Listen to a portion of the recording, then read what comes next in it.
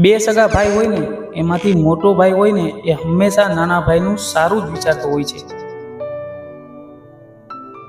મેં મારું ભણવાનું એટલે જ મૂકી દીધું કેમ કે હું મારા નાના ભાઈને ડૉક્ટર બનાવવા માંગુ છું. એ મારું સપનું પૂરું કરશે. એ ડૉક્ટર બનશે ને તો આપણું ઘર ઉપર આવી જશે.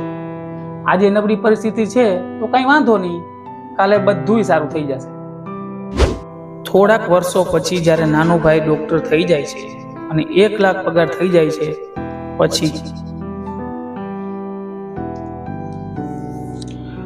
મોટા ભાઈ મારે છે ને હવે અલગ થઈ જવું છે.